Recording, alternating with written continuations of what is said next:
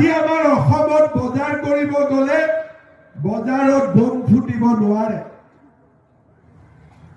26 জানুৱাৰীত বোমা বিস্ফোৰণ নহয়, 15 আগষ্টত বোমা বিস্ফোৰণ নহয়।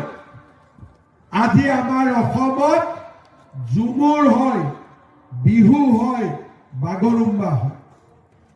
আজি আমাৰ অসমলৈ পৰিৱৰ্তন আহিছে। এই পৰিৱৰ্তনে আমাৰ জাতিটোক আগুৱাই লৈ গৈ আছে।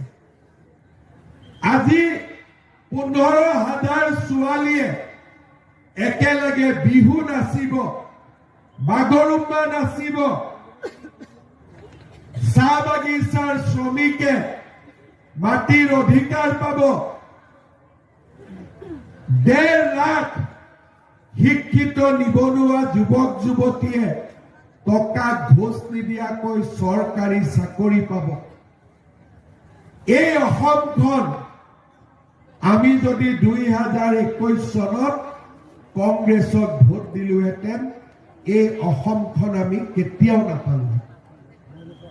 তেতিয়াহ'লে আজি আমি ইয়াত আহিলোহেঁতেন ফুটা ল'বৰ কাৰণে, কম্বল ল'বৰ কাৰণে। আমি ইয়াত লাখপতি বাইদেউ হ'বৰ কাৰণে ইয়াত নাহিলোহেঁতেন।